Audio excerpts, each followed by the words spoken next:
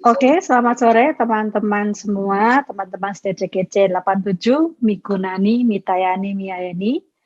Salam ketemu kembali sore ini di Weekenders kita, yang biasa kita selalu adakan di setiap hari Sabtu ya guys. Kali ini kita topiknya Zoom Learning, mengetahui tentang seputar obat-obatan, supaya kita lebih tahu, mengetahui lebih banyak dan lebih tahu lagi tentang obat-obatan yang ada di sekitar kita, yang ada di rumah kita, biar kita nggak salah ngobat ya guys ya.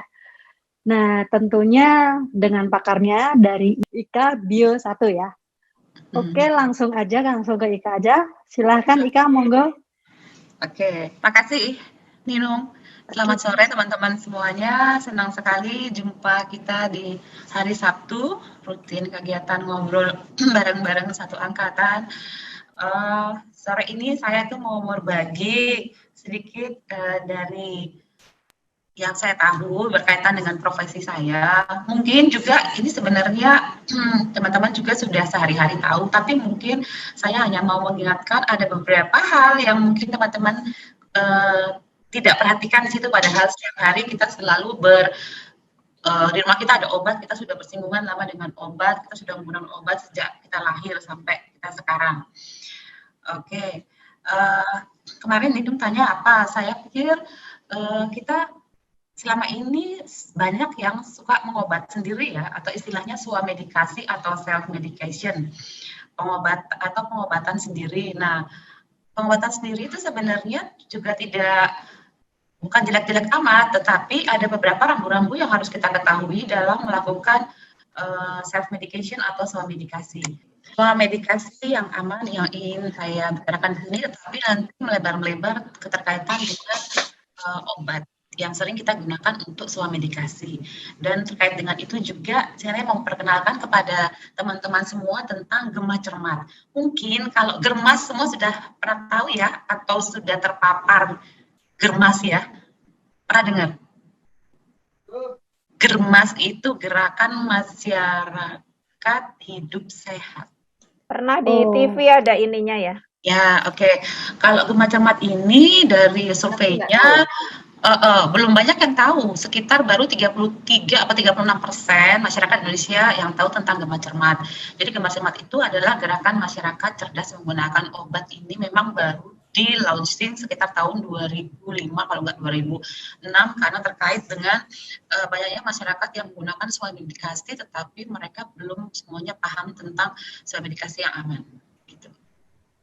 Nah, apa yang dimaksud dengan swamedikasi atau self medication itu adalah pengobatan sendiri. Intinya mereka tidak berkonsultasi ke dokter, tetapi mereka sudah tahu selama ini gejalanya apa, kemudian mereka menggunakan obat, atau kadang-kadang obat yang sudah diresepkan secara berulang atau terus-menerus. Kadang-kadang kan kalau ada resep dokter itu yang namanya ITER bisa diulang. Dan di Indonesia, di kita, itu kadang-kadang kita suka menyimpan bungkusnya kalau kita sudah baik, dan kalau kita mengalami gejala yang sama, kadang-kadang kemudian kita menggunakan bungkusnya, kemudian mereknya, kita bawa ke apotek, terus kemudian kita beli lagi. Sebenarnya swamedikasi itu baik, kenapa? Karena itu membantu untuk meningkatkan derajat kesehatan di masyarakat. Tetapi kerugiannya itu tadi, karena masalah yang digunakan untuk swamedikasi itu adalah obat. Nah, kurangnya pengetahuan dan informasi tentang obat resep dokter atau obat keras, ya, itu yang mengakibatkan akhirnya menimbulkan masalah baru. Apakah itu penyakit baru, apakah itu keracunan obat dan lain-lain. Dalam melakukan swamedikasi ataupun pengobatan selama ini, yang masalah yang ada itu kita yang pernah jadi pasien terutama adalah tidak patuh. Kadang-kadang kita dikasih obat, terutama ini antibiotik, itu sudah ditentukan obatnya dikasih itu untuk lama pemakaian dengan dosisnya segitu. Tapi kadang-kadang kalau kita sudah gak enak, obatnya tidak kita habiskan. Kalau misalkan itu obat penurun panas atau obat hanya anti alergi, it's okay. Tapi kalau yang namanya antibiotik, minimal biasanya kan diresepkan untuk 5 hari. Nah, kalau baru 3-4 hari kemudian sudah merasa enak, terus kemudian kita tidak menghabiskan, itu akibatnya akan terjadi resistensi obat. Kemudian dosis, kadang-kadang ini untuk obat misalkan hipertensi atau obat gula darah ya. Nah, itu juga nanti kalau udah ditensi, wah ini tensi saya sudah agak baik, turun. Dokter biasanya dikasih dosis misalkan 10 mg, tak kurangin, atau tak dikasih 1 tablet, dipatahin, tak minum setengah. Nah, ini mengakibatkan pengobatan menjadi tidak optimal. Ada juga kesalahpahaman tentang obat generik ini di dalam mendapatkan obat. Masyarakat, mindset di masyarakat itu masih banyak bahwa obat generik itu obat murah yang tidak manjur. Ini tidak sepenuhnya betul. Obat murah, obat generik murah, iya. Tapi kalau tidak manjur, sama sekali tidak. Kenapa? Nanti di belakang akan saya jelaskan apa itu obat generik berlogo, obat paten, atau obat generik branded. Gitu. Kemudian penggunaan antibiotik tidak bijak dan dibeli secara bebas tanpa resep dokter. Nah, ini memicu resistensi bakteri. Kalau di Jogja, saya yakin bahwa tidak pernah akan diberikan antibiotik apabila tidak ada resep dokter. Tetapi belum semua apotek ataupun apoteker di provinsi lain mereka sekeras itu atau mereka sepakat untuk itu. Nah, ini yang mengakibatkan antimikroba atau antibiotik lama-lama menjadi resisten. Kita ingat bahwa mantan Menteri Kesehatan kita dulu Bu Nadia Boy, ingat ya, yang suaminya bekas gubernur NTT, itu kan meninggal waktu itu kan kasusnya ceritanya karena sudah resisten sehingga tidak bisa menggunakan antibiotik mana lagi sampai yang antibiotik yang istilahnya canggih seperti itu. Kemudian masalah penggunaan obat pada masyarakat, penggunaan obat bebas dan obat bebas terbatas yang biasanya banyak digunakan dalam swamedikasi atau self-medication itu tanpa pengetahuan dan informasi yang memadai, mengakibatkan masalah kesehatan yang baru tadi yang disebutkan, ada yang dosisnya berlebih, durasinya tidak tepat, kemudian ada efek samping, kemudian interaksi antara obat yang satu dengan yang lain dan penyalahgunaan obat. Hasil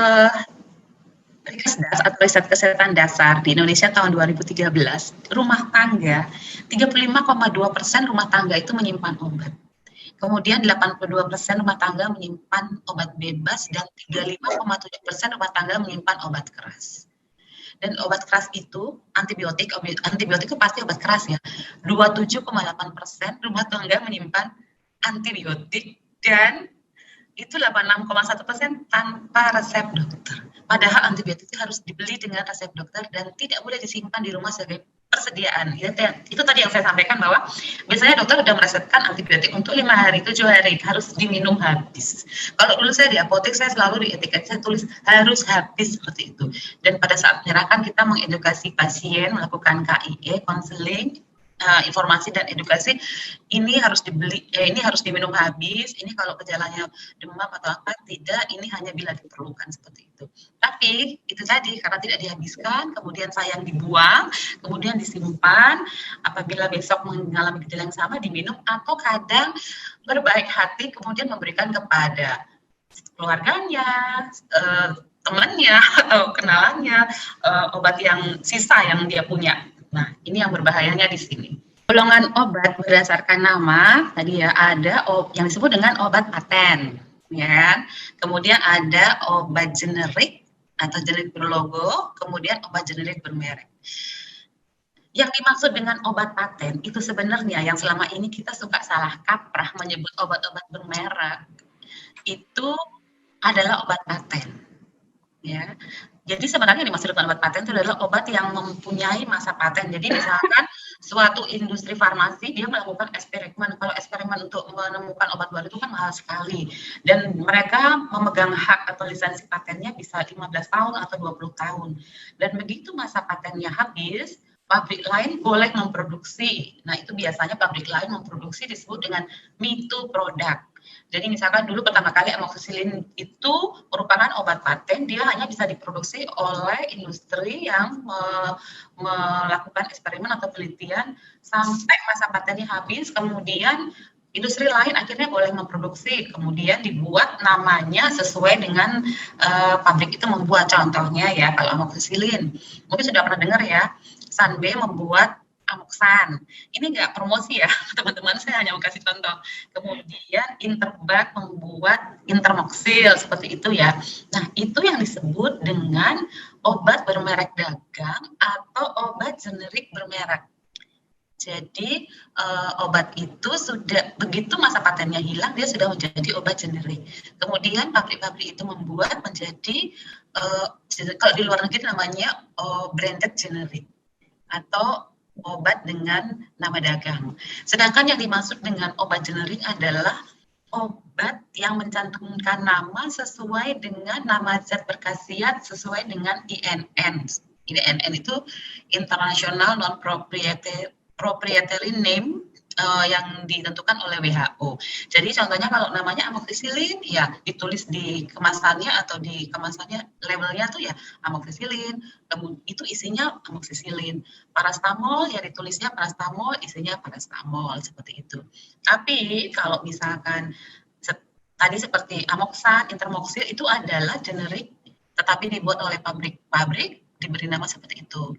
Misalkan Sanmol dibuat oleh Sanbe, itu adalah isinya parastamol. Tetapi karena Sanbe yang buat, dia memberi merek dagang Sanmol. Kemudian obat generik itu tidak menggunakan logo. Kalau dia menggunakan logo, misalkan Kimia Farma membuat obat generik parastamol, kemudian ada logo Kimia Farmanya, disebut dengan obat generik berlogo. Atau kemudian kalau misalkan Indofarma yang membuat obat generik berlogo, ada logonya Indofarma. Nah, jadi teman-teman mungkin di sini sudah paham apa yang membedakan yang dimaksud dengan obat generik berlogo, kemudian obat generik bermerek dagang, dan juga obat paten. Nah, ini yang tadi yang obat generik bermerek itu yang sering kita sebut dengan keliru di masyarakat, sering disebut dengan obat paten, padahal itu juga obat generik tetapi branded generik. Kemudian kalau penggolongan obat berdasarkan cara penggunaannya, ada yang dimaksud dengan obat dalam dan obat luar.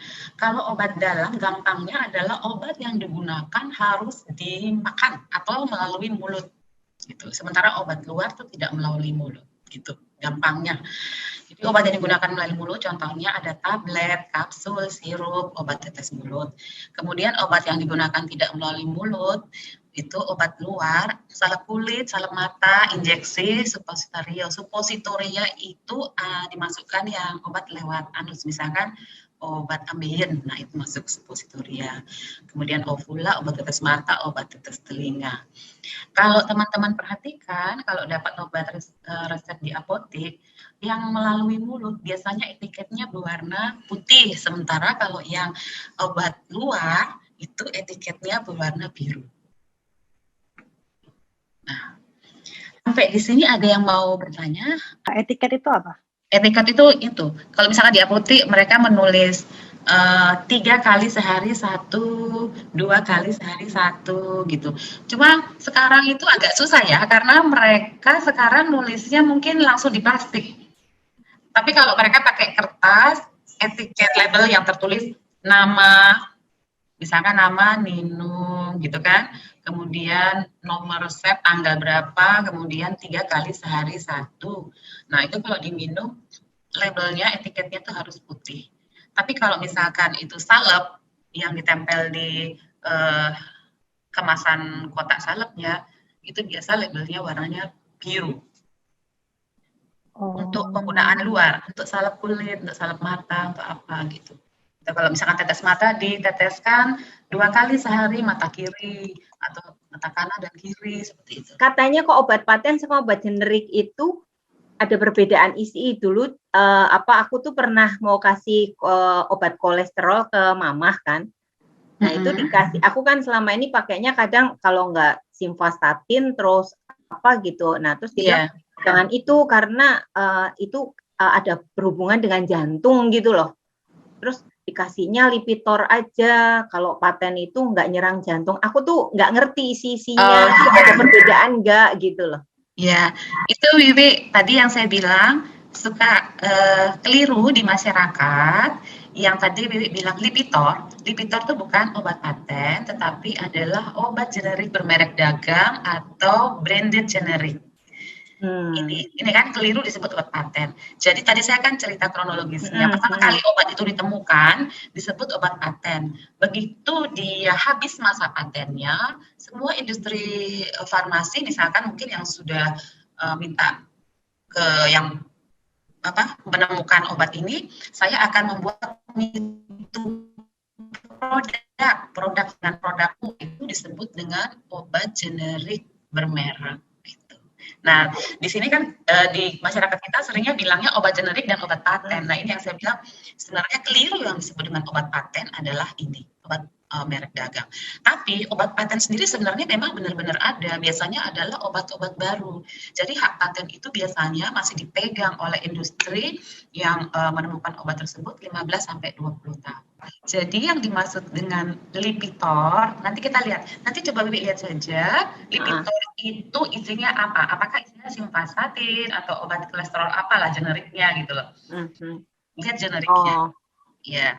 Kita kan terbiasa di sini melihat nama obat, kemudian digunakan untuk apa indikasi. Kita jarang melihat isinya apa sih, zat aktifnya apa sih, gitu kan. Nah, nanti makanya kalau waktunya cukup, saya minta teman-teman nanti mungkin melihat yang obat yang ada di rumahnya apa, mungkin membaca nanti coba kita diskusikan. Oke. Thank you. Ya, sampai di sini lumayan bingung dulu ya. Tadi sampai, nah sekarang penggolongan obat. Kita juga suka beli obat, lihat tuh ya, ada yang K merah gitu kan, ada yang biru, hijau, apa sih gitu kan. Nah, yang warnanya mulai dari ini aja ya. Ini kita jarang lihat. Kenapa? Karena ini kan tercantum di kemasannya yang kayak ada bentuk palang merah bulat lingkaran ini biasanya label untuk golongan obat narkotika. Biasanya yang memang hanya ada di apotik atau di pedagang besar farmasi atau pedagang besar farmasi obat atau bahan obat. Kemudian yang lingkaran hitam merah di tengah kayak huruf K, ini adalah untuk golongan obat keras dan golongan obat psikotropika. Kemudian yang lingkaran hitam dengan biru di dalam, ini untuk obat-obat golongan obat bebas terbatas, sementara yang lingkaran hitam dengan warna hijau itu adalah untuk golongan yang obat bebas. Apa bedanya obat bebas terbatas dengan obat bebas? Kalau tempat penjualannya, obat bebas dengan obat bebas terbatas itu bisa dijual di apotik dan toko obat berizin. Jadi toko obat berizin atau toko obat itu hanya bisa menjual 2 golongan ini saja. Kalau dia sampai menjual obat keras, itu berarti dia sudah menyalahi aturan atau kita harus hati-hati karena obat itu kan jalur distribusi resminya sebenarnya dari industri farmasi, kemudian ke PBM atau pedagang besar farmasi, kemudian ke apotik, baru ke konsumen atau ke klinik-klinik kecil yang tidak bisa membeli langsung ke PBM. PBF itu bisa melayani toko obat berizin, bisa melayani apotik atau juga ke PBF lainnya. Sementara obat keras narkotika ini hanya bisa tersedia di apotik. Dan obat keras dan narkotika ini harus dibeli dengan resep dokter. Sementara narkotika psikotropika itu apotik harus rutin melaporkan setiap bulannya. Nah, tadi bedanya obat bebas dan obat bebas terbatas. Kalau obat bebas terbatas, walaupun kita bisa beli dengan bebas tanpa resep, tetapi di situ termasuk obat keras yang resikonya tidak terlalu besar atau tinggi seperti obat keras, tetapi di labelnya disertai dengan tanda peringatan. Ada peringatan 1-6. Ada P1 sampai P6. Oh, tapi ini maaf tadi saya tuh belum sempat mencari P1 sampai P6, nanti kapan-kapan atau mungkin bisa di Google.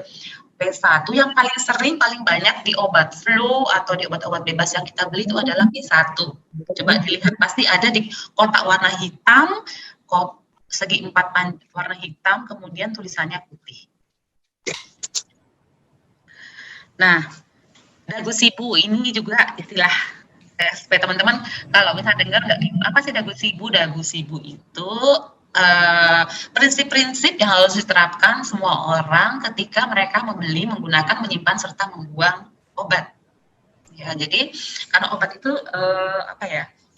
Termasuk kalau dia sudah tidak bisa digunakan itu termasuk kelompok B3 bahan berbahaya, bahan-bahan berbahaya. Nah, dagu sibu itu akronim dari dapatkan, gunakan, simpan, dan buang. Bagaimana kita mendapatkannya? Kemudian obat ya kita harus mendapatkannya dari jalur yang resmi. Kalau tidak, bahayanya banyak banget. Karena banyak sekali obat-obat palsu atau obat yang substandar. Nah, yang percuma aja kalau kita gunakan, kita konsumsi ternyata tidak mendapatkan efek yang optimal atau maksimal yang kita harapkan untuk mengurangi penyakit atau menyembuhkan penyakit. Kemudian digunakan, yaitu nanti harus digunakan sesuai, kemudian disimpan, bagaimana cara menyimpannya, dan bagaimana membuang obat itu. Ya. Teman-teman, sekali teman-teman itu mendapatkan obat atau membeli obat di apotek atau menebus resep dokter, tanyakan 5O ini kepada apoteker di apotek. Atau kalau misalkan kita juga ngajari kepada saudara kita 5 pertanyaan minimal yang harus ditanyakan atau dicari informasinya sebelum kita menggunakan obat. Pertama, obat ini apa nama kandungannya? Jadi ini yang sebenarnya jarang diperhatikan oleh masyarakat, nama kandungan dari obat tersebut, terutama untuk obat bebas. Kemudian ini indikasinya, khasiatnya atau digunakannya untuk apa? Kemudian berapa dosisnya yang tepat, kemudian bagaimana cara menggunakannya, dan obat ini efek sampingnya apa. Ini yang merah ini tak warnain, ini kalau kita bikin jembatan keledai biar gampang, biasanya kita ingat ini makan Indomie. Jadi apa nama kandungan, in-nya indikasi, do-nya dosis, M menggunakan, dan efek sampingnya gitu. Ini kalau mau kadang-kadang ini kalau saya mau ngajari gema cermat kepada masyarakat atau kelompok, kadang-kadang juga di RT gitu, kalau pas arisan dulu sebelum COVID itu saya juga mengasihkan materi-materi pas arisan gitu ya. Ini ada lagunya supaya gampang, yang tadi 5O. Mungkin teman-teman pernah dengar lagu ini ya, ini lagu 5O versi Kemenkes. Ini namanya Ibu Jari, ini namanya Ibu Jari. Apa kata Ibu Jari? Sayang minum obat sesuai indikasi. Gitu. Jadi ngajarin supaya mereka nggak bosen pas gitu. Jadi untuk sambil gampang mengingatkan kalau mereka itu apa sih yang perlu kita tanyakan kalau kita dapat obat, apalagi obat itu baru yang tidak familiar untuk kita. Seperti itu. Aja ya. Nah, tadi ya, pertama dagu sibu, kita bagaimana cara mendapatkan obat. Yang pertama adalah harus di jalur yang resmi, kemudian cara memilih obat. Baca dengan cermat dan paham informasi pada kemasan obat, komposisinya, kemudian indikasinya untuk apa, dosis dan cara pakainya apa, efek samping, kontraindikasi, perlu diperhatikan kadaluarsa. Kemudian produsen, petunjuk penyimpanan, ini yang penting. Kalau produsen nomor register, ini hanya untuk tahu bahwa obat ini sudah ada nomor registernya belum. Karena setiap obat yang beredar itu sudah harus memiliki nomor register dari Badan POM. Kemudian batas kadaluarsa atau expired date adalah batas waktu jaminan produsen terhadap kualitas produk. Jadi kalau penggunaannya itu tidak boleh melewati batas ED. Kalau melewati batas itu produsen tidak menjamin kualitas produk tersebut. Kalau obat-obat keras biasanya yang disimpan di instalasi gudang obat di kabupaten atau provinsi, biasanya itu kan di boxnya ada disimpan pada suhu berapa derajat Nah, seperti itu. Kalau disimpan di bawah suhu, tidak boleh melebihi suhu 25 derajat dan di gudangnya itu tidak ada AC, panasnya sampai 30 walaupun dia belum expired, itu produsen tidak menjamin bahwa mutu dan kualitas produk tersebut masih sama seperti pada saat mereka baru keluar dari pabrik. Jadi satu-satunya batu kadaluarsa itu hanya untuk menjamin kalau permintaan penyimpanan itu sesuai yang diminta oleh pabrik. Kalau tidak, walaupun belum expired, berarti produk tersebut tidak bisa dijamin mutunya.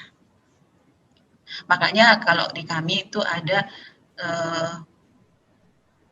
selain cara pembuatan obat yang baik, cara distribusi obat yang baik juga. Dalam pendistribusian obat tidak bisa semerta-merta seperti kita mendistribusikan barang-barang biasa kalau obat. Kemudian kemasan obat, kondisi kemasan obat dalam keadaan baik seperti segel tidak rusak, warna dan tulisan pada kemasan tidak luntur. Ini harus kita perhatikan pada saat kita membeli obat. Nah, ini tadi yang saya contoh aja, mungkin teman-teman bisa nanti lihat yang di rumah ya. Contohnya ini tadi yang saya sebutkan, paracetamol diproduksi oleh pabrik PT Sanbe Pharma, ini ada di bawah, di Bandung, Indonesia. Dia memberi nama Sanmol, isinya paracetamol, 500 mg. Efek samping, nah ini yang harus kita lihat, efek samping juga, kemudian perhatian kontraindikasi di sini, tidak boleh digunakan untuk siapa, di sini ditulis seperti itu. Padahal Sanmol atau paracetamol ini adalah obat dengan lingkaran hijau. Kemudian satu lagi ini Pamol. Pamol ini produknya dari salah satu pabrik yang lain ya, Interbat ya. Nah, tapi sama-sama paracetamol. Kemudian, nah ini obat flu. Paratusin. Mungkin teman-teman sambil lihat obat flu yang ada di teman-teman itu apakah seperti Nalgestan ini yang tidak mengandung paracetamol, hanya mengandung fenilpropanolamin dan CTM. Klorfeniramin maliat dan CTM ya. Nah, tapi kalau paratusin ini juga obat flu, tapi dia mengandung paracetamol dan juga ada fenilpropanolaminnya dan CTM-nya juga. Nah, ini kenapa yang saya bilang teman-teman di rumah harus hati-hati. Kadang-kadang kita itu pikir ini hanya obat flu, tapi kita tidak tahu bahwa obat flu itu ada paracetamolnya di dalam. Kemudian kita juga minum obat penurun panas, sehingga terjadi overdosis. Itu yang harus kita perhatikan. Jadi kita tidak hanya melihat dari indikasi digunakan untuk apa atau nama obatnya. Kita hafal obat Nalgestan untuk flu, kemudian obat flu yang lain apa, tapi isinya apa. Ya, Paramex kan orang yang sakit kepala, padahal dia juga mengandung di sini paracetamol gabungan dengan ibuprofen ya, kalau tidak salah paracetamol. Ini kebetulan yang paracetamolnya, Paramexnya ini kebetulan yang Paramex nyeri otot. Kalau yang Paramex saja kan Paramex ada macam-macam ya. Tapi maaf teman-teman, ini bukan promosi nih, kebetulan pas di rumah masih ada sisa. Yang ini yang saya contoh untuk ini contoh gitu. Nah, ini yang kalau kombinasi begini harus kita perhatikan, sehingga kalau kita minum swab indikasi atau pengobatan sendiri, jangan sampai kita kedobelan minum obat yang kandungan zat aktifnya sama. Itu di atas, yang obat di atas itu ada yang tadi saya bilang bahwa peringatan 1 itu kotak hitam tulisan putih P nomor 1. Apa tulisannya itu? Awas obat keras, bacalah aturan memakainya. Itu bedanya tadi yang lingkaran biru bebas terbatas dengan yang lingkaran dalamnya hijau yang obat bebas. Gitu ya. Kemudian selanjutnya cara menggunakan obat, perhatikan tadi indikasi. Yang dimaksud dengan indikasi adalah khasiat atau kegunaan dari suatu obat. Pastikan indikasi obat yang tercantum pada kemasan sesuai dengan gejala penyakit yang dipakai. Nah, untuk aturan pakai, mungkin sekarang di apotek masih tertulis 2 kali 1 tablet atau 2 kali sehari 1 sendok makan gitu ya, 3 kali sehari 1 tablet kapsul atau 1 sendok makan. Tetapi mereka biasanya terus menginformasikan bahwa diminum kalau 2 kali sehari tablet itu setiap 12 jam ya. Kenapa seperti itu? Kalau kita sudah tidak lagi ngomong 2 kali 1, 3 kali 1, karena orang pertama minum obat itu tidak sama. Dan yang dimaksud dengan paginya setiap orang itu tidak sama.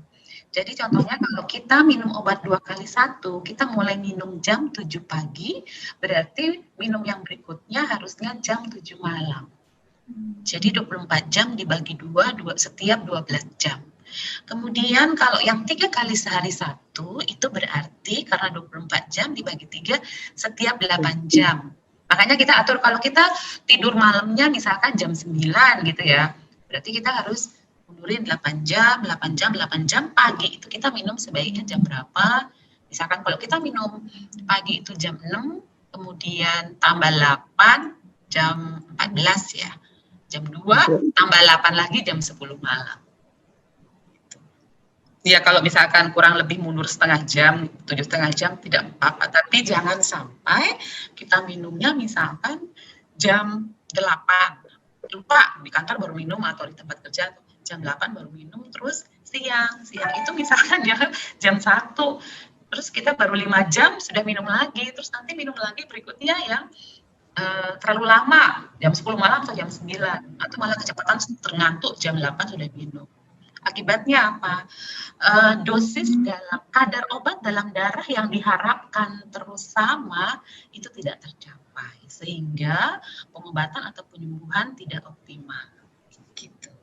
Nah, pasien tadi saya bilang kenapa kita suka tidak patuh. Makin banyak kita minum obat misalkan 4 kali sehari atau 5 kali sehari, ada obat-obat tertentu ya, misalkan obat antivirus yang mungkin harus diminum 4 kali atau 5 kali sehari, itu biasanya kedisiplinan kita atau kedisiplinan pasien untuk meminum obat itu kurang baik dibandingkan kalau dia minumnya cuma 1 kali sehari atau 2 kali atau 3 kali sehari. Ya itu karena itu kalau 4 kali berarti kan setiap 6 jam 5 kali, ya itulah kurang lebih seperti itu karena ada waktu yang harus untuk istirahat.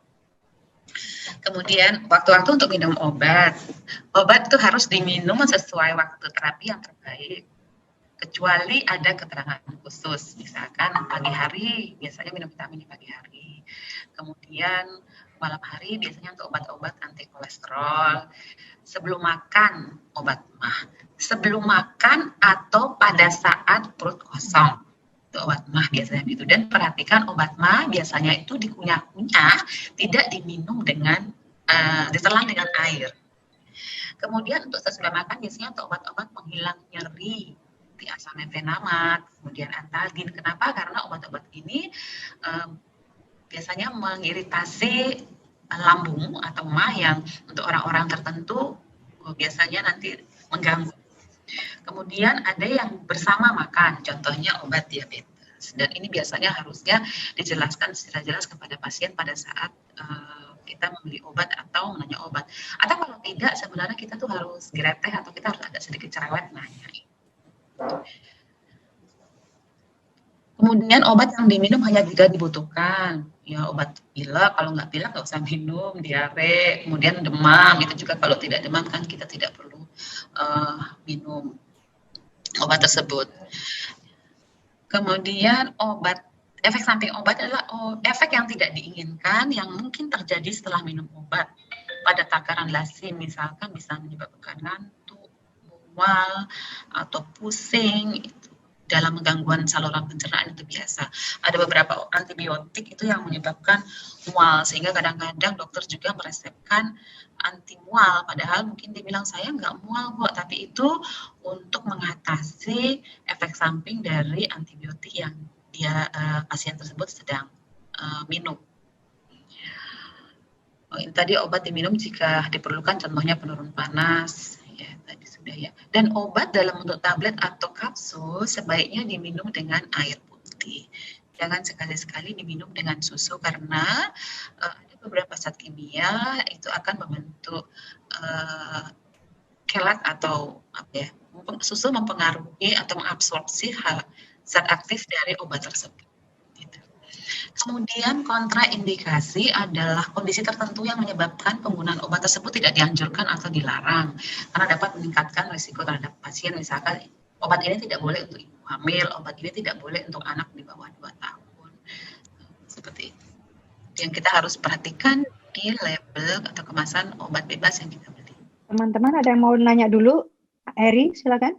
Ya, yang kalau obat misalnya yang sebelum atau sesudah makan itu maksudnya setelah makan gitu terus langsung makan obatnya atau nunggu 1 jam setelah makan gitu loh. Aku suka bingung soalnya kalau misalnya ada yang sebelum makan. Nah itu tuh maksudnya gimana Kak? Oke, jadi kalau yang sesudah makan itu, kalau sudah makan biasanya ya 15 menit, setengah jam sudah makan langsung minum obat tidak masalah. Kalau bersama-sama makan itu pada saat kita sementara makan, belum selesai makan, obatnya kita juga makan ya, juga kita minum ya, seperti itu ya. Tapi kalau obat kalau saya biasanya itu saya lebih suka makan obat mah tablet daripada obat mah sirup. Karena obat mah itu kan kita kunyah-kunyah, kita makan. Nah, itu saya patokannya adalah perut kosong. Jadi kalaupun kita habis makan, itu kira-kira setengah jam ke atas, kurang lebih 1 jam sesudah makan. Jadi biasanya obat mah itu kan diminum 4 kali sehari. Jadi 3 kali sehari pada saat sebelum makan atau perut kosong, atau kalau sudah terlanjur makan sehabis makan 1 jam sehabis makan, dan 1 lagi sebelum tidur. Itu sih maksudnya supaya kita sebelum tidur kita sudah ngunyah-ngunyah obat mah, malam aman sampai besok pagi. Jadi kalau yang dimaksud dengan obat sesudah makan itu habis makan jangan terlalu lama ya, 15 menit paling lama setengah jam langsung makan obatnya. Itu tadi biasanya untuk obat-obat yang dapat merangsang pencernaan kita, terutama mah kita ya, gitu ya. Oh iya, makasih Ika. Ada pertanyaan lagi. Oh, boleh silakan Roro. Sebelum pamit, ini mungkin tadi yang Inung tanyakan, mungkin kelihatan nggak ya? Iya, itu biru. Tapi sebentar, itu obat apa? Benar ya, obat luar ya? Kulit, iya. Untuk kulit. Oh ya, ya itu. Kan maksudnya seperti itu. Iya. Pikir itu. Oke, makasih ya, aku pamit sekalian. Terima kasih Roro. Sama-sama. Ini ada pertanyaan dari Wiwi. Ada obat yang dulunya tuh diperbolehkan macam obat Rinos, tapi sekarang tuh tidak diperbolehkan dan hanya boleh dengan resep dokter. Kenapa bisa berubah menjadi seperti itu ya?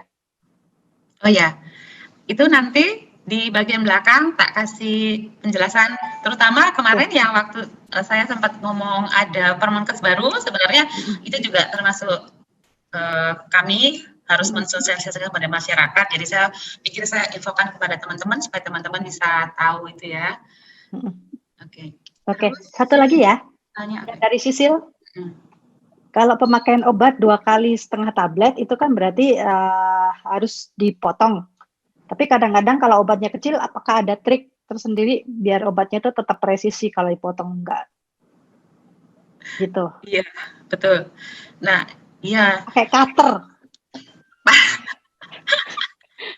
Itu tuh masalah bener. Kalau pabrik itu bikin obat, terus kadang-kadang obat itu kan bulet full, terus ada yang kadang-kadang di tengahnya tuh kayak ada lego. Nah itu agak menggampangkan kita kalau mau motek ya. Tapi kalau tidak, kadang-kadang kita motong pakai pisau atau pakai cutter itu melenceng, terus jadinya nggak setengah, yang 1/3, yang 2/3 ya, kan kayak gitu.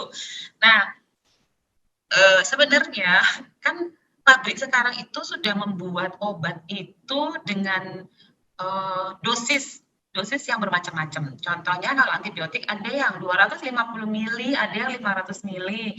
Kemudian misalkan obat hipertensi, ya ada yang 5 mili, ada yang 10 mili, ada yang 20 mili gitu kan. Jadi sebenarnya di dokter itu meresepkan ya nggak usah, kalau mau 5 mili dia kasih aja yang 5 miligram 2 kali 1 gitu. Jangan dia kasih resep yang 10 miligram 2 kali setengah, itu repot.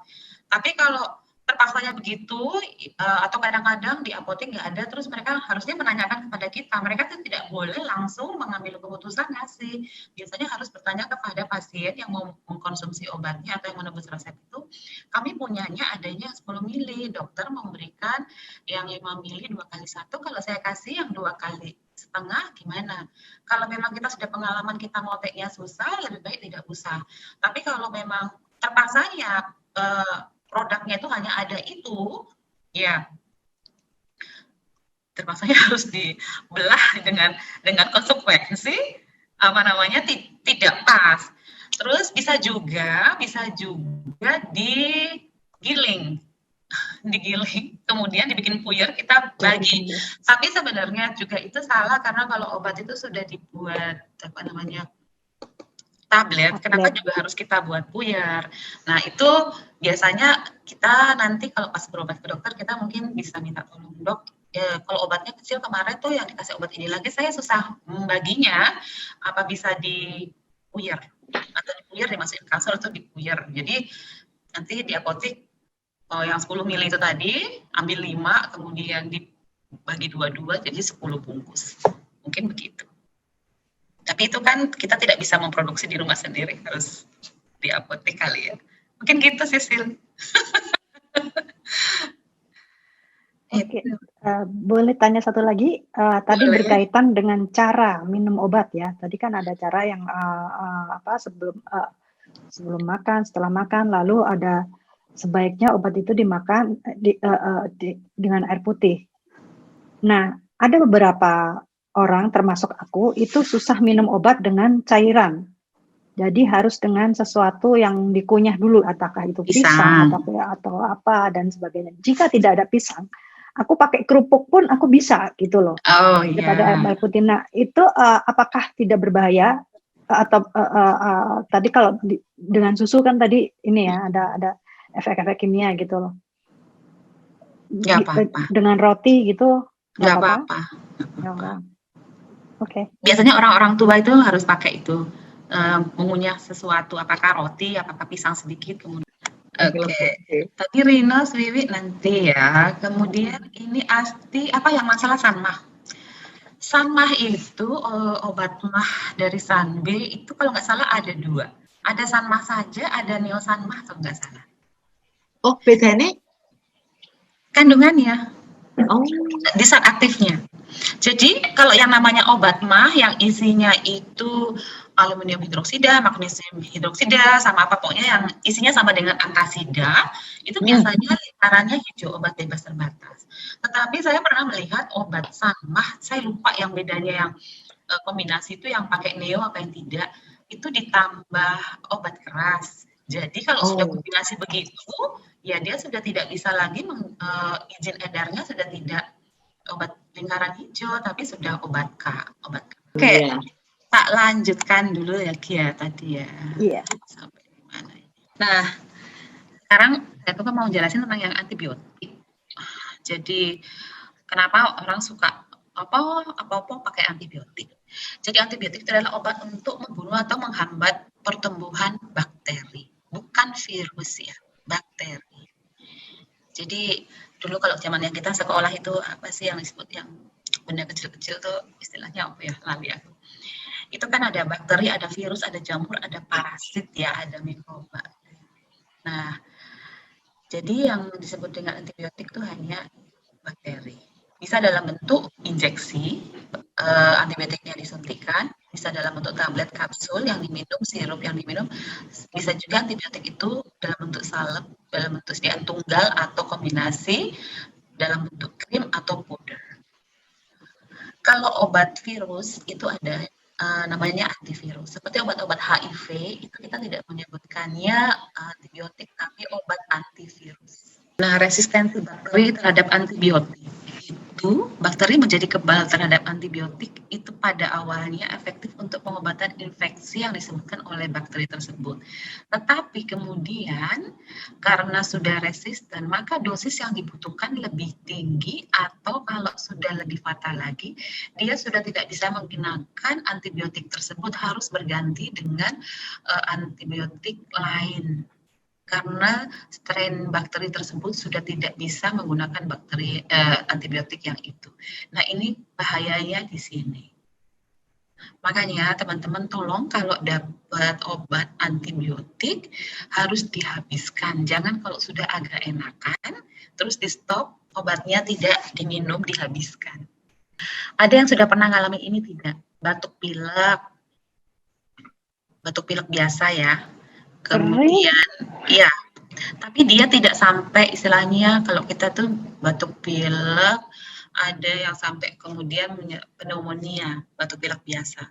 Nah, kadang-kadang kita itu berobat ke dokter tuh dikasih antibiotik padahal kita tuh hanya batuk flu biasa, influenza biasa. Dan ini atau tuh alergi gitu ya. Ya, kalau influenza yang akibat virus dikasih antibiotik juga nggak mari. Seperti tadi yang sudah saya sebutkan di depan bahwa antibiotik itu bukan untuk virus. Jadi sebenarnya batuk pilek itu adalah cara tubuh untuk melindungi paru-paru dari penumpukan lendir. Nah, ini yang kadang-kadang kita suka salah tanggap. Kadang-kadang kita tuh ada lendir yang susah keluar, kita ke dokter itu memberi resep, terus kita minum, kita tuh malah jadi tambah batuk. Ini gimana sih obatnya? Nggak benar, dokternya nggak benar. Padahal itu maksudnya memang dikasih obat tersebut untuk membantu mengeluarkan dahak atau lendir yang terkumpul. Jadi dikasih pengencer dahak, kemudian dikasih juga obat batuk yang malah mengeluarkan batuk. Jadi kan obat batuk itu ada yang menekan, ada juga yang membuat kita jadi lebih batuk untuk membantu mengeluarkan lendir. Seperti itu.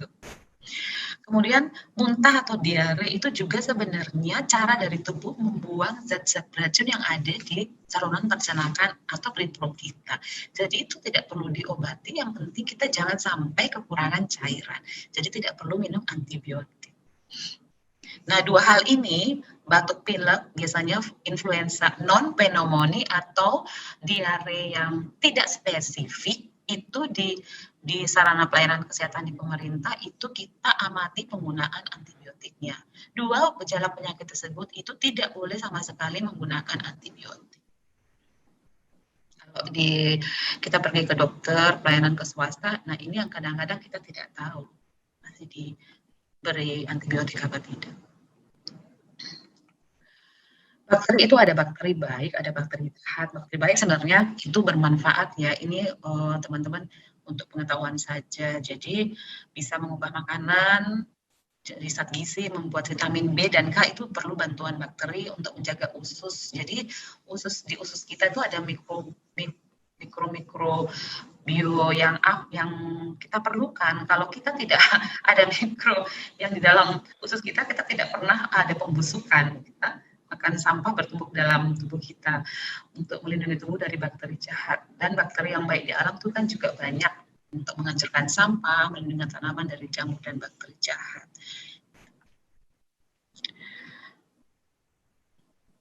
Sementara bakteri jahat itu mengganggu kesehatan dan itu yang perlu antibiotik.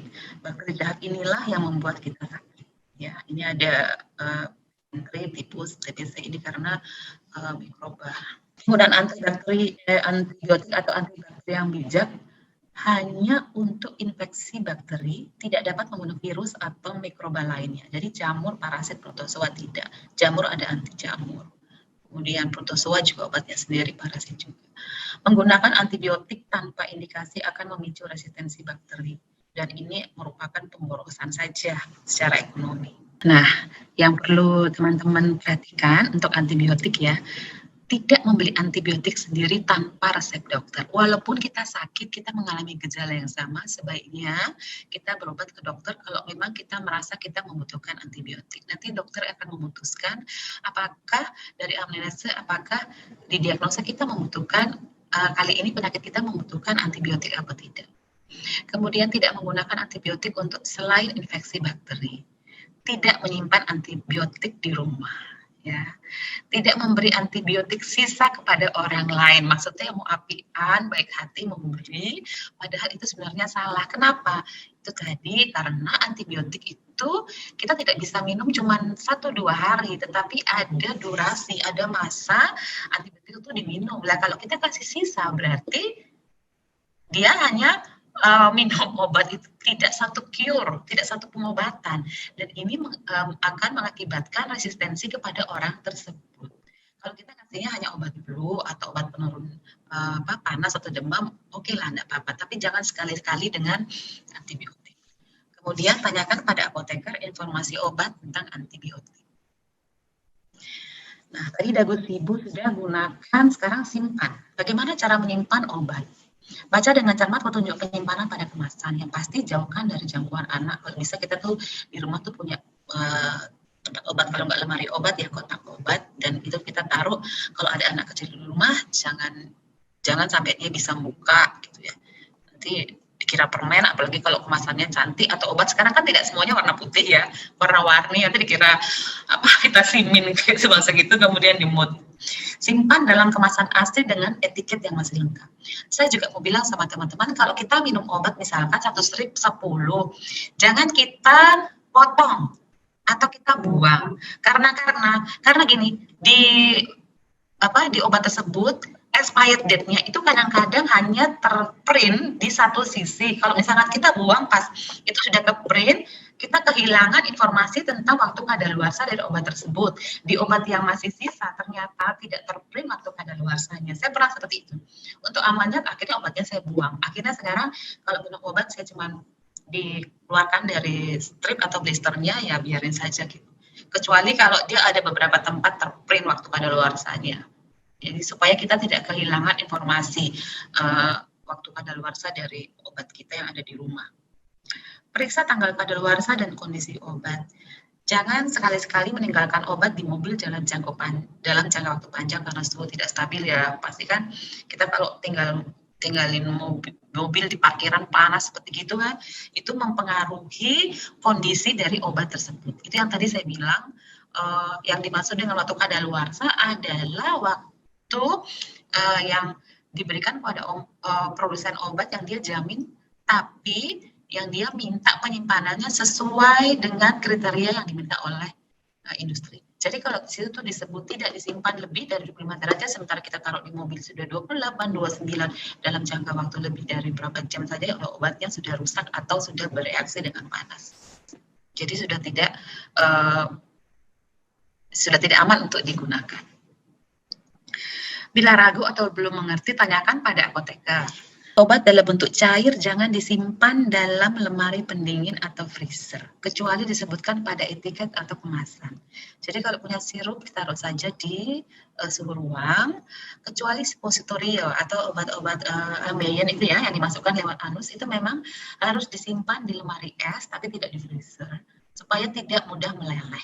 Kalau kita tidak punya lemari es di rumah, ya, ditaruh di tempat yang dingin, mungkin di kamar mandi, tetapi tidak di pinggir bak supaya tidak masuk kecemplung ke dalam bak seperti itu. Pokoknya di tempat yang tidak panas. Untuk sediaan aerosol atau spray harus dijauhkan dari panas atau suhu tinggi karena bisa meledak. Cara membuang obat. Kita kenali dulu obat yang rusak. Kalau obat kadaluarsa kita jelas bisa lihat dari etiketnya ya. Tapi kalau obat-obat rusak kita lihat dari perubahan warna, bau, dan atau rasa. Kalau untuk tablet di permukaannya sudah pecah atau obat tabletnya menjadi pecah, menjadi lebih empuk, ada berlubang atau menjadi bubuk. Kemudian untuk kapsul, puyer atau tablet menjadi lembab, lembek, basah atau lengket. Jadi cangkang kapsulnya itu menjadi lembek. Kemudian untuk cairan salep krim menjadi keruh, mengental, mengendap, memisah. Kadang-kadang kita ada dapat obat yang berbentuk cairan, lama-lama dia memisah bagian kental di bawah, bagian bening di atas kan. Dikocok sudah tidak bisa lagi. Nah itu obat yang dalam bentuk emulsi itu berarti sudah rusak.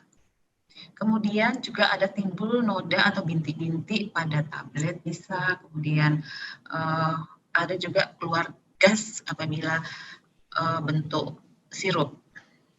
Kemudian wadah atau kemasan menjadi rusak, itu juga sudah tidak bisa kita konsumsi obatnya. Etiket tidak terbaca atau sobek. Nah, kalau ini misalkan kalau kita baru sakit, kita dapat dari dari apotek atau dari dokter itu kemasannya, kemudian kita sudah tahu cara menggunakannya, mungkin kita hafal ya, kita tinggal nulis lagi supaya nggak lupa, misalkan 2 kali sehari 1 apa-apa gitu ya, kita klip aja lagi baru. Ini untuk kemasan atau etiket obat-obat bebas biasanya yang kita simpan di kotak obat kita atau di lemari obat kita sudah lama dan sudah sobek atau sudah rusak, itu sebaiknya kita buang saja karena sudah lupa kita kan. Tapi kalau obat yang resep dokter, kita biasanya kan hanya minum 3-5 hari sudah habis. Hilangkan semua label dari wadah obat. Apabila kita mau membuang obat, semua label dari wadah obat harus kita buang. Supaya nanti apabila ada yang menemukan, terus kita nanti mereka bisa menggunakan.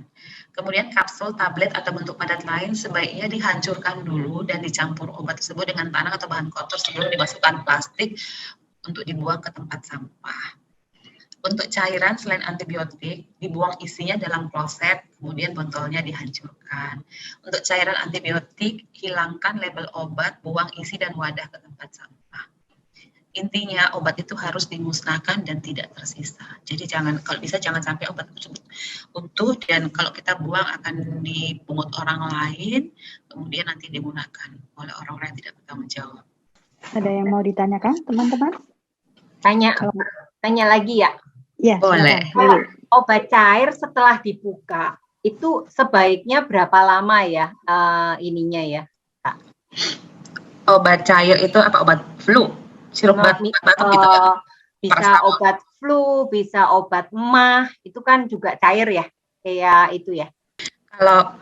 Kalau saya biasanya itu kan kalau obat itu kan paling hanya 60 sampai 100 mili ya biasanya. Dan itu kalau bisa kita minum obat itu pakai takarannya itu takaran dari sendok yang ada di obat ya. Saya tadi mau bilang sama teman-teman. Karena sendok makan atau sendok teh kita di rumah itu tidak standar. Jadi kalau sendok obat itu kan 5 mili, kalau setengah sendok itu 2,5 mili itu biasanya kan ada takarannya. Jadi pakai itu. Jadi kalau misalkan 60 mili kita minum misalkan obat flu 3 kali sehari itu kan sudah 15 mili. Jadi sebenarnya 3-4 hari itu juga sudah obatnya habis. Biasanya kan gini, dikasihnya kan kadang 2 botol tuh. Obat pertama sudah habis, terus obat kedua itu begitu masih setengah itu kan sisa. Terus kan kadang didiemin gitu kan. Itu juga nanti kalau batuk diminum pertama kali dulu itu loh. Nah, itu jangka waktunya itu berapa lama pakai. Kan kita lihat ada perubahan tidak seperti yang tadi tak bilang ya. Ada perubahan konsistensi, ada perubahan warna, ada menimbulkan gas atau tidak. Terutama kalau obat mah itu kan biasanya bentuk suspensi, cairan tapi suspensi bukan bening kan. Itu dia ada nanti berubah warna atau memisah enggak? Bisa. Gitu kalau kelamaan kadang gitu ya. Kalau dia memisah berarti buang aja ya. Oke, thank you Kak. Oke. Aku boleh tanya sebentar. Sekarang itu kan ada obat generik, ya kan? Kayak anakku tuh ada biasa pernah minum pakai Mional untuk kalau dia lehernya keras ada segala macam untuk mulai. Nah, minum terus maaf. Mional. Iya. Nah, terus sekarang kan itu kan tidak bisa beli ya sembarangan ya kayak gitu kan. Kalau nggak salah harganya mahal juga 150 kalau nggak salah satu strip. Nah, terus katanya ada yang sama isinya tapi harganya lebih murah yang generik. Katanya sama, tapi apakah sama persis ataukah berkurang? Katanya kalau nggak ora pati mandi gitu ya sih maksud istilahnya itu ya. Ya, tadi Asti masuknya agak telat ya. Tadi tuh aku jelasin tentang telat, sorry aku pergi dulu. Obat generik sama obat generik obat branded ya gitu. Yang penting adalah Asti dilihat kandungannya sama tidak. Contohnya nih, saya nggak ingat Mional itu isinya apa. Paling gampang gini, Mevinal, Mevinter, asam mefenamat itu sama. Generiknya atau generik berlogo adalah asam mefenamat zat aktifnya. Mevinter, Mevinal itu Interbat sama Sande bikin Mevinal sama sama Mevinal. Kemarin warnanya Kalau lebih panjang kok wadah itu apa? Jadi gitu. Jadi kalau isi zat aktifnya sama, itu nggak apa-apa. Obat generik itu kenapa lebih murah tadi ya, saya bilang benar. Tapi kalau dia tidak bermutu, tidak. Kenapa? Karena obat generik itu dia tidak dipromosiin oleh industri obat atau industri farmasi. Yang awal-awal obat generik keluar dulu ya, udah lama banget ya, udah hampir 20 tahun yang lalu, itu yang mempromosiin adalah pemerintah. Sehingga biaya promosi yang dimasukkan ke dalam komponen obat, harga obat tidak ada untuk industri farmasi. Jadi lebih murah. Nggak pakai promosi ya? Iya, jadi lebih murah itu. Tapi kalau itu yang bikin dia lebih murah obat generik sama obat branded. Obat branded itu asli ya, bukan obat paten. Obat bermerek. Oh ya, branded ya, ada brandnya. Ya, tahu. Oke, thank you, makasih. Ini sudah mau maghrib, aku tak cepat-cepat aja tadi kaitannya sama pertanyaannya Wiwi. Nah, ini ada Peraturan Menteri Kesehatan nomor 3 tahun 2021 tentang perubahan penggolongan, pembatasan, dan kategori obat. Nah, itu apa? Jadi ini adalah obat-obat yang awalnya adalah obat keras, dia berubah menjadi obat bebas terbatas atau menjadi obat bebas. Atau sebaliknya, dari obat bebas menjadi obat bebas terbatas atau menjadi obat keras. Nah, peraturan ini baru dikeluarkan kalau nggak salah Januari atau Februari 2021, dan sejak dikeluarkannya aturan ini, pendaftaran obat-obat yang kemarin sudah terlanjur itu masih tetap berlaku. Belum tak share nggak begitu jelas ya. Masih tetap berlaku. Kemudian paling lama 2 tahun sejak peraturan menteri ini diundangkan, dia harus disesuaikan gitu. Jadi mungkin seperti itu. Jadi ada juga obat-obat yang dulunya dia itu obat bebas terbatas menjadi obat keras, atau terbalik dari obat keras menjadi obat bebas. Ya. Contohnya ini contohnya aja. Nanti teman-teman bisa mendownload sendiri di Permenkes nomor 3 tahun 2021. Contohnya famotidin ini obat mah. Kemudian cetirizin kan familiar ya, obat alergi ya. Ada yang sudah pernah minum. Ini kan awalnya golongan semula dia obat keras. Sekarang dengan adanya Permenkes itu golongan barunya adalah obat bebas terbatas. Iya, Tapi bisa dibeli. Bisa dibeli, jadi dia lingkarannya biru. Cuma mungkin karena kemarin dia itu sudah keluar izinnya dia masuk dalam obat keras tadi kan disebutkan di depan. Pada saat peraturan menteri ini mulai berlaku, obat yang telah disetujui pendaftarannya sesuai dengan penggolongan ini dan pembatasan obat masih sebelumnya dinyatakan masih tetap berlaku. Sesudah itu mereka bisa menyesuaikan. Jadi sebenarnya juga sudah bisa disesuaikan, bisa obat bebas terbatas. Tapi dia dijualnya di apotek, kita tidak bisa membeli lebih dari 10 tablet atau 10 kapsul. Kemudian kalau dalam bentuk sirup, kita tidak bisa beli lebih dari 1 botol. Kita hanya bisa beli 60 ml. Di sini ada pembatasannya. Jadi ada beberapa obat keras menjadi golongan baru obat bebas terbatas. Nah, ini loratadin, ini juga ya obat alergi, obat keras menjadi obat bebas terbatas. Kemudian obat bebas menjadi obat bebas terbatas. Obat bebas tadi yang lingkaran hijau menjadi obat dengan lingkaran biru. Ini untuk obat infeksi jamur. Kemudian ada obat yang dulunya adalah lingkaran biru, lidokain, tapi ini lidokain biasanya dalam bentuk injeksi. Kemudian benzokain sekarang menjadi obat keras. Kemudian bromoheksin, pengencer dahak ya. Itu dulunya obat bebas terbatas. Maksudnya bromoheksin ini obat bebas terbatas, dia mengalami perubahan pembatasan obat. Jadi beli bromoheksin itu per kemasan tidak boleh lebih dari 10 tablet. Kemudian sirup juga. Jadi di sini keterangannya di pembatasan itu tidak boleh lebih dari 10 tablet. Ibuprofen itu juga dulu pertama sekali dia obat keras, kemudian sudah menjadi obat bebas terbatas, tapi belinya juga tidak boleh banyak-banyak. Nggak boleh beli 1 box kayak gitu. 100 tablet harus belinya 10 tablet. Ini pembatasan. Perubahan pembatasan obat, ketokonazol obat jamur, salep obat jamur. Ini juga belinya ada pembatasan. Di sini ya, teman-teman. Nah, Vitamin E itu dulu kategorinya obat bebas terbatas lingkaran biru, sekarang dia masuk golongannya suplemen kesehatan. Suplemen kesehatan dengan obat itu nanti kalau teman-teman perhatikan bedanya di register. Kalau suplemen kesehatan biasanya registernya S. SD untuk yang produk dalam negeri, SI yang produk luar. Oke, jadi Wiwi tadi itu yang kasus Rhinos itu bisa jadi karena itu ada perubahan penggolongan seperti itu, atau bisa juga seperti yang pertanyaannya Asti karena ada perubahan komposisi dari Rhinos. Karena Rhinos itu setahu saya ada Rhinos SR. Ya, betul. SR itu sustain release, jadi dia itu lepas lambat, tablet lepas lambat. Setahu saya semua Rhinos itu obat keras deh. Dulu kan masih bisa ya, maksudnya beli biasa masih bisa. Jadi apotek itu masih berani memberikan. Jadi kalau asal jumlahnya nggak banyak juga. Tapi kalau sekarang itu begitu, misalnya pilek gitu kan. Kalau mau ke dokter juga rada-rada serem ya ke rumah sakit atau ke itu. Jadi temanku kan juga dokter, dia bilang ya udah beliin Rhinos. Tapi begitu aku mau beli Rhinos ada resep dokternya enggak gitu. Nah itu yang rada itu. Terus kalau kamu berani ya itu yang benar harusnya gitu. Iya. Nah terus temanku yang ngomong kalau berani ya sini ke rumahku tak kasih resep katanya gitu kan. Karena memang anakku cocok sama Rhinos ini.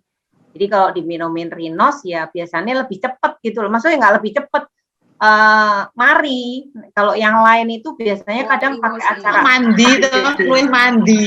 Nek luwih mandi. Ngomongnya ya mandi. Ingusnya keluar gitu ya, kayak dibersihin itu gitu. ada alerginya, seneng. Anakku kan alergi berat.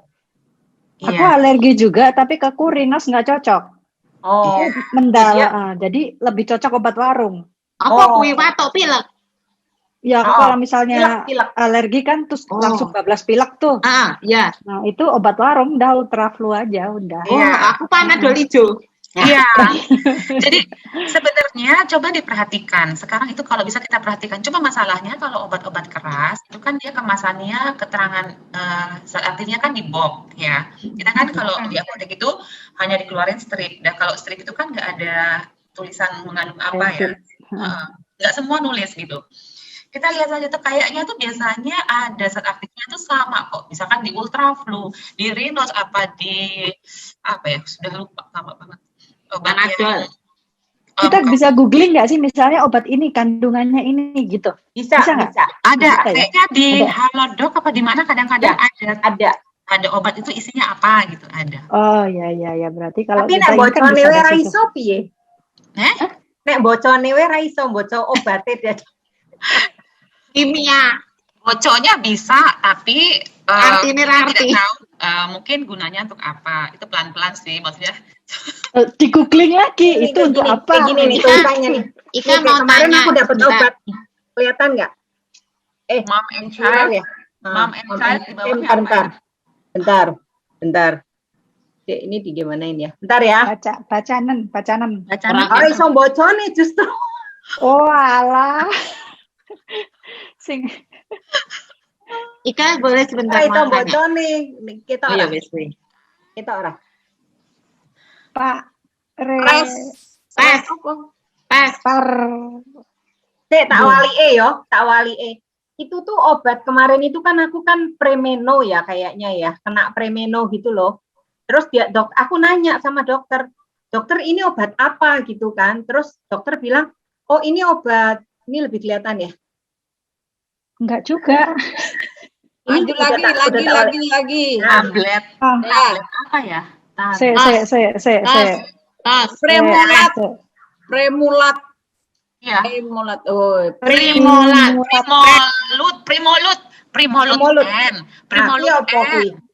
Primolut N itu salah satu obat hormon. Biasanya tuh untuk hormon ya. Obat KB juga bisa, obat untuk mengatur hormon juga bisa. Jadi biasanya emang hormon. Dokter, iya hormon. Oh, ya wes. Apa mau? Primolut N. Aku tuh kemarin mau googling tapi bocoke ra iso. Oh iya, Wi, itu waktu anakku nggak lancar, itu dikasih itu, Wi. Oh, Jadi sama kayaknya ya? emang hormon. Oh, oke. Mm-mm. Primolut. Oh, Primolut N. Oh, tak catet. Nah, ini. Ini Nah, aku. sebentar mau nanya. Itu kalau sudah biasa obat yang kandungannya lebih tinggi, nek dikasih lebih rendah kok ora mandi yo, nggak bisa gitu ya, nggak cepat sembuh gitu ya. Iya. Apalagi Oh. kalau antibiotik. Kalau Oh. misalkan untuk obat gula darah atau hipertensi tidak berlaku karena itu kan sesuai dengan kondisi tubuh kita. Tapi kalau antibiotik, nah itu yang bahaya. Makanya tolong diperhatikan benar-benar kalau untuk mengkonsumsi antibiotik itu. Kalau obat warung itu kayak Panadol gitu, itu dosisnya rendah. Apa piye? Rata-rata biasanya kalau paracetamol 500 mg rata-rata. Kecuali kalau gabungan seperti tadi yang saya tunjukkan di rumah tuh ada Paramax yang sakit Paramax otot apa itu tadi? Dia gabungan antara paracetamol sama ibuprofen. Itu cuma 300 mili kalau nggak salah paracetamolnya, terus ibuprofennya 100 atau 150 mili seperti itu. Oh iya, tadi itu kan sebenarnya mau membahas itu yang obat bebas atau bebas terbatas yang ada di kota obatnya teman-teman di rumah itu. Jadi kan teman-teman tuh yang tahu familiarnya adalah paracetamol contohnya ya. Nah, kadang-kadang pabrik itu suka apa ya istilahnya bikin nama lainnya supaya produk mereka tuh juga kebeli. Padahal sebenarnya itu ya paracetamol.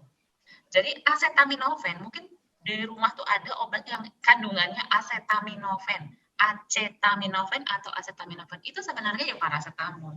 Jadi hati-hati kalau minum ada paracetamol jangan lagi minum acetaminophen itu sama saja. Nanti dosisnya lebih. Feminax itu juga paracetamol loh. Jadi kalau paracetamolnya atau pamolnya habis minum Feminax ya enggak apa-apa loh.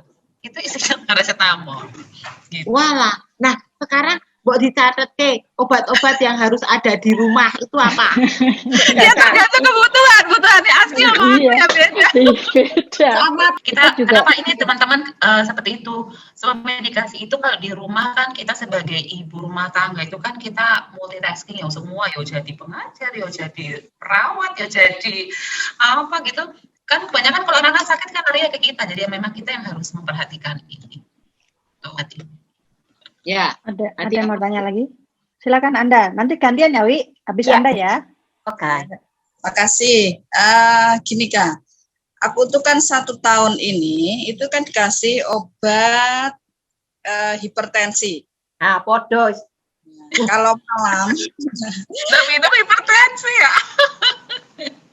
1 tahun ini karena aku pernah sakit 1 tahun yang lalu itu opnam, asam lambung tapi terus akibatnya kan tensinya tinggi sekali. Waktu itu 180/90.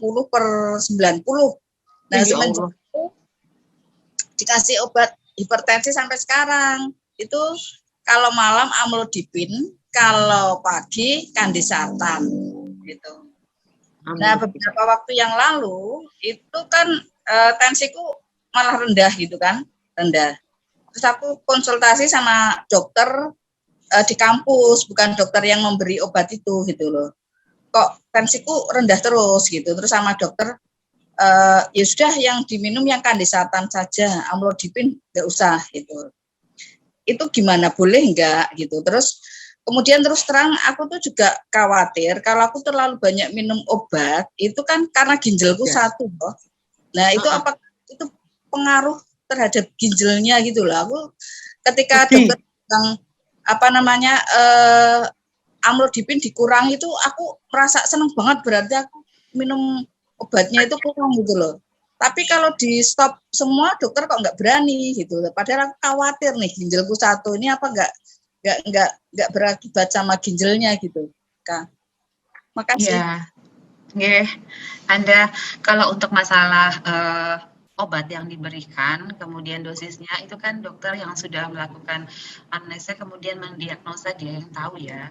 Biasanya itu yang tadi saya bilang, yang pertanyaannya asli, apakah dosisnya bakal naik terus atau tetap nggak berubah? Kalau hipertensi atau itu bisa saja menyesuaikan kondisi. Jadi kalau memang kita tensinya sudah nggak tinggi, bisa saja dikurangi seperti itu. Kayak suamiku kan, dia juga sekarang sudah minum amlodipin, tapi dia nggak tiap hari dan dosisnya menyesuaikan dengan tensinya. Kalau menurut saya sih, semua obat kan kimia ya jelas lah mengganggu ke ginjal dan juga ke hati kita ya. Pertama, kita memang harus banyak minum air putih. Kedua, lifestyle kita yang harus juga kita ubah. Kalau menurut saya sih, hipertensi itu kan juga tergantung dari pola hidup, pola makan. Jadi lifestyle juga yang harus kita ubah. Kita tidak hanya mengandalkan dari obat saja, kalau bisa seperti itu. Kalau ke ginjal sih jelas, tapi bukannya nakut-nakutin. Obat diminum iya, tapi kalau dosis, ya kalau dokternya sudah bilang karena tensinya Anda sudah menjadi lebih bagus, apalagi sempat turun, ya dikurangi. Ya. Oh ya, satu lagi, Kak. Boleh nggak minum obat dengan teh manis? Soalnya aku minum obat itu paling nyaman itu pakai teh ya. Kalau pakai air putih itu kok mau muntah. Ya. Iya. Iya, kodok. Atau sirup. Kalau sirup gimana? Kan manis ya? Nah, kalau itu obat-obat yang seperti itu boleh nggak diminum dengan teh? Kalau saya sih daripada teh lebih baik minum dengan sirup manis. Kalau soalnya teh itu kan ada tehin Ada ataupun antioksidannya. kafeinnya yang Kafein ya. bukan antioksidan, tapi dia pengkelat, apa sih istilahnya ya? Pengkelatnya pengikat, ada punya zat pengikat di situ. Teh itu juga takutnya gitu. Tapi sebenarnya kalau dalam jumlah sedikit ya nggak apa-apa. Jadi misalkan kalau Anda minum 1-2 teguk, sesudah itu nanti kan dilanjut dengan minum air putih banyak, mungkin nggak apa-apa. Tapi nggak satu tablet, gelas kayak gitu. Kalau hanya butuh manisnya karena minum air putih nggak ada rasa dan obatnya tuh rasanya bau atau pahit, biasanya sirup. Kalau saya dulu anak-anak itu pakai sirup aja. Oh ya, malah boleh ya pakai sirup ya? Boleh. Kita obat-obat ada yang dalam bentuk sirup itu kan, air gula kan sirup. Obat-obat. Bentuk sediaan obat kan ada sirup kan? Iya. Oke, makasih Ika. Yeah. Sebenarnya masih banyak yang perlu kita ketahui, tapi mungkin kita sambung lagi nanti lain waktu ya. Mungkin Ika juga masih bersedia dan mungkin ada materi Harus lagi yang masih bersedia, banyak lagi harus kok. bersedia. Tenang aja Ika, materinya banyak banget. Ilmu kita sudah 50-an itu kadang-kadang harus ada obat-obat. Nah, itu penting. Iya, ya benar. Apalagi kita sebagai ibu kan, pastinya kita kan seperti motor di rumah yang kita harus tahu semuanya gitu. Kita harus bisa nanganin semuanya, harus tanggap terhadap semuanya gitu. Penting, itu penting banget. Tekon sijine entuk ora? Lain kali Ika lagi ya. Iya. Sebenarnya banyak banget yang kita dapat hari ini dan menarik banget, dan sebenarnya masih banyak pertanyaan, tapi sayang sekali waktunya terbatas. Tadi kalau aku mencoba mensarikan, tapi mungkin nggak sempurna ya, karena tadi cepet banget Dika, dan soal medikasi itu kita harus tahu rambu-rambu yang aman gitu. Pertama itu ketahuilah jenis-jenis obat, itu adalah berbiru dan merah, hijau dan sebagainya. Lalu soal kepatuhan itu diantaranya tadi tidak menyimpan obat antibiotik di rumah, obat keras di rumah itu tidak disarankan. Lalu perlu diketahui dagu sibu ya, tadi rinciannya aku perlu detail lagi nanti ini mendapatkan jalur resmi, menggunakan dengan benar dan sebagainya. Lalu ada tanya 5O ya, kandungannya apa, indikasinya apa, terus dan sebagainya. Terus cara memilih obat, tadi memilih saya obat kondisi kemasannya seperti apa, tempat penyimpanannya seperti apa. Terus cara penggunaannya, aturan pakainya, kalau misalnya 2 kali sehari artinya 24 jam itu dibagi 2 dan sebagainya, 3 kali sehari 24 jam dibagi 3. Lalu waktu yang tepat minum obat itu sesuai jenis obatnya, misalnya obat mah itu sebelum makan, obat ini setelah makan, obat dan sebagainya. Sebaiknya kalau obat diminum itu sebaiknya menggunakan air putih supaya tidak ada bereaksi terkimia.